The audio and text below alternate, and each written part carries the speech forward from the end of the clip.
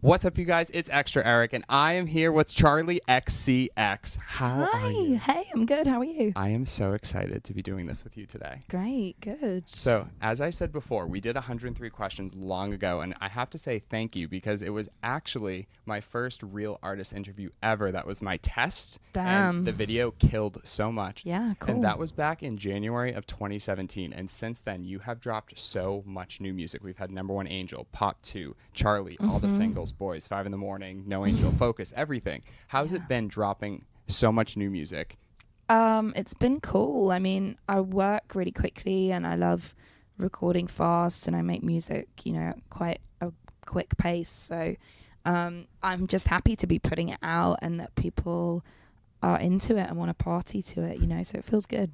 That's exciting. So moving from Number One Angel and Pop 2 to Charli, were you trying to do anything differently with the album when you were making it? Was there any sort of break in the process where you're like, we have to start doing this? Well, it's funny. Initially, when I started making Charli, I was thinking that it would be a third mixtape and that I would do like a trilogy of mixtapes, and then as I was making it, I was just kind of like, this feels different. Like it feels like now is the time for me to do an album. And I spoke to my friend and the executive producer alongside myself on this album, AG, yeah. And I was like, let's just do an album. It just feels like the time. And he was like, yeah, okay, cool.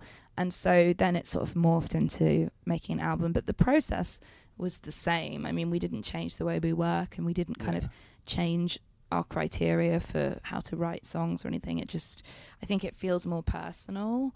And it's more kind of, I suppose there are kind of more extreme ends of the sonic spectrum on this album. I love that you always call it personal because it gives me such Britney vibes whenever she says it's her most personal album. Right, like yeah. Britney Jean. So as a Charli stan, I was wondering, there's always fun stories behind like all of our favorite pop songs that we listen to. What's a story behind one of the songs that you made on Charli? That is something I would love. Let me think. Well, I think for me, one of the most interesting songs is a song called I Don't Want to Know, because that song actually I wrote maybe like 2.5 years ago, and it was written on this day where I said to AG, let's try and make an album in one day. And he was like, what? I was like, yeah, like let's make an album in a day. So we got together at like midday and we stayed together until like 7 a.m. writing a whole album. And we did a 9-song album, and the last song we made was I Don't Want to Know at like 6 a.m. like so like delirious, like totally didn't know what was going on. And right before that we'd made I Got It. Like, really? Yeah. So we went from I Got It. I Got It with the features? No, just like the demo. We went from I Got It, and then we went to I Don't Want to Know, and those were the last 2 songs on the album in a day, and they both ended up pretty good. Yeah, and that's like mixtape time then, because I Got It was on Pop 2, so you really wanted to hit that before. Were you thinking out? Was that after the time you were thinking about the album? Oh no, I mean this was like so long ago. There was like no purpose. I was just like, let's just try and make an album in a day for fun. There was like no reason behind it. You just did it. Yeah. And I Don't Want to Know is also one of the songs, forgive me if I'm wrong, but doesn't have probably the least amount of collaborators on it comparatively. Yeah, there's no, that was just me and AG. Yeah, because it was just us in that room making that album. So yeah. So everyone's been saying the album's so good. You've done a lot of interviews. It's kind of lots of people always are saying the same stuff. Is there something that you wish people have asked you about the album or about the album process that no one's yet to ask you? Interesting. I don't think so. I think all the journos have been pretty on it with the questions. I mean, I don't know about a question that I wish I'd been asked, but I can tell you a funny thing, which is that this is also not that interesting. It's more interesting for me. So I rented this house to record the album in. It was a house that I rented in Los Feliz in LA, and we stayed there. We worked on the album for like 3 months, and a couple of months ago, like after the album came out, I was watching this new TV series with Fred Armstein and Maya Rudolph. Forever? Is that what it's called? The one about where like he dies. I think I know what you're talking You know what I'm talking about? The whole thing is filmed in that house where I recorded my album. And you had no idea? And I was like, oh my God, that is so weird. How weird is that? Like they're walking, like, I don't know. That was How did they not document that anywhere when you're renting it? Just be like, oh, this was on a TV show. Yeah, well, maybe it happened after. I don't know, but how weird. Anyways, that is something. There you go. That's super interesting. Yeah. So you've tweeted that you've already been working on the next album, or you've started the process. From Pop 2, or with Pop 2 and Charli, you made sort of the future of pop music, and that's sort of been what everybody's been talking about. Bring us into the future. Is that a trend you want to continue with this next album, or with whatever your next body of work is? I mean, I definitely enjoy that narrative. I don't really want to go too much into what the sound is yet, because everyone's going to jump on it. Everyone's going to jump on it, and also I've started thinking about it, but I'm not really super certain myself yet. So I don't know. All I can say is no matter what music I make, I'll always just make the music that I want to hear, you know? So it will always intrinsically be very me and very how I'm kind of feeling, because I don't like to think about trends. I also don't like to do what people expect of me. So if people expect me to make something like really, really future, then maybe I won't. I don't know. Just you go know, completely the opposite way. Yeah, who knows? I don't know. Well, you said before about the Mixtape Trilogy. Are you open to the idea of not dropping an album next and sort of changing up the dynamic there? Yeah. I mean, again, it was funny. Like when you asked me that question, I just thought like maybe I could do another mixtape. I don't know. It depends. It depends how I feel once I really get in it. Like there's so many things I want to do. So yeah, it's really up in the air right now. Yeah. So with Charli, there was an extensive list of collaborators, and I think something I love from the Pop 2 show, because I went to the Pop 2 show in New York, was when Cupcake was performing, you have an artist who's doing 3 of her own original songs, and you're just sort of sitting side stage, like having a blast like everybody else. And it's something interesting because I was like, no other artist could really ever do that. It's something with you and with working with all these collaborators on the album. What's it like to work with these people that have over-the-top personalities and personas and brands and music like Lizzo or Kim Petras, and still maintain your own artistic integrity, maintain what you both want to do with a track, but still have it be purely you, if that makes sense? Yeah, it does. It's just about connecting with the artist, you know, and having a mutual respect for one another, and just understanding them as people as well as artists, you know, like, and I think that's why I try and get to know a lot of the people who I work with as friends and people before we do something together as artists, because then you know them, you get their vibe more, and it just kind of makes a lot more sense. And, you know, I like the idea of giving artists space to breathe on the song. Like I'm not that concerned about like me being the person who needs to dominate the song or like be front and center. Whatever, you know. It's like I just want the song to be as good as possible. So if that means like in Shake It, for example, me not really being on it, then that's cool, because I know that that's how the song will be the best version that it can be. So yeah, it's just, I think it's about ego really, and knowing when to have one and when not to have one, and just about having the confidence to know like when to use your skills and what moment, you know. Makes sense. So I love that you said Shake It, because I'm such a big Freedia fan. How did you initially get connected to Big Freedia? Was it through Lizzo?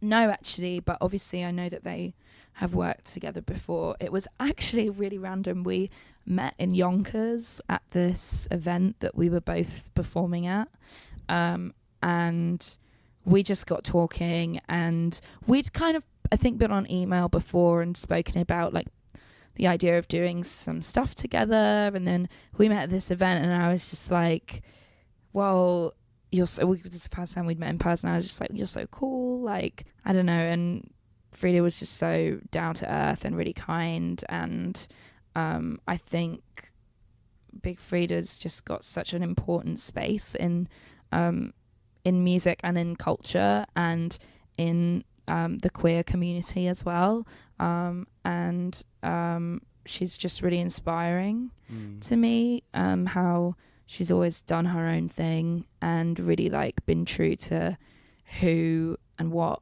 the art that she makes is, and also Big Freedia's energy. When Big Freedia stepped on stage, you're just like, whoa, this is out this is out of control.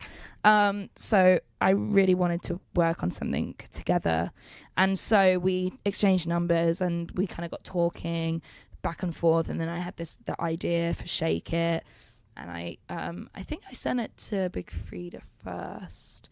And then when I told Cupcake was like, whoa, that's so cool. Freedia's on it. Like, yeah. Is Cupcake sort of a requirement now? So well, I mean, all the mixtapes to Charli. I mean, I always want to do things with Cupcake. Like, rocks. She's the best. Whenever I do a new project, I always try and like make a song that I think she would be interested in being on, and I always send it to her because I think she's so talented and she's just such a great rapper. Yeah. So I always try and leave space for her if she wants to be a part of it, you know. I love that so much. So moving to sort of a different topic. Last week I was in Ecuador for a week, and wherever I go, I can still hear Senorita anywhere. What's it like crafting like the original track of something that just goes on to be such a mega success internationally that you really just can't escape?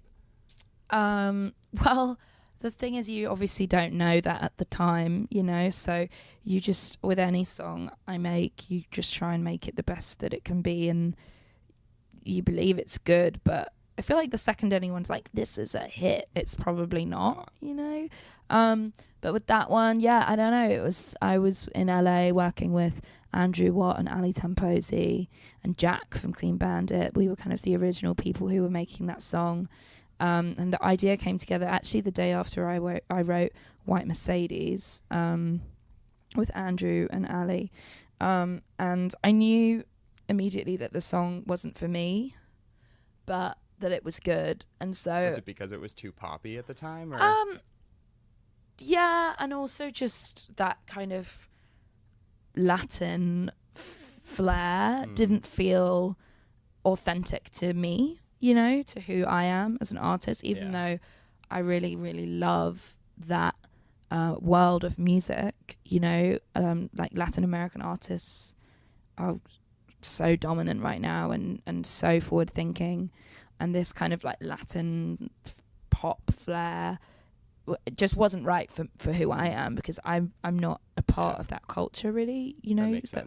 I'm not from there. And whereas Camila, like, she obviously has that in her blood. So when we wrote about this song, when we wrote the song, we thought about her and sent it over to her, and she was kind of into it. But it took a while, you know. She sat with it for a while, and then did you send it to her?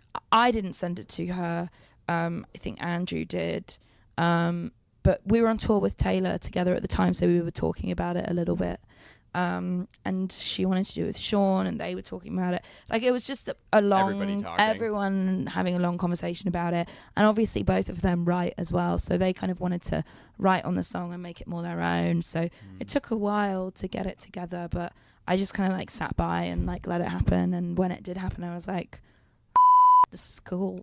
You know, two of the biggest artists in the world doing a song that I was a part of. Like, that's amazing. And I really like both of them as artists too. I think they're both really good artists. So I love that you said White Mercedes. Have you been seeing all the Twitter memes and threads about how it's like Charli thinks the gays won't notice that there isn't a white Mercedes in the White Mercedes video? Mm-hmm. Yeah, I've seen. What do you think about that? Yeah, it's funny. There isn't a white Mercedes in it.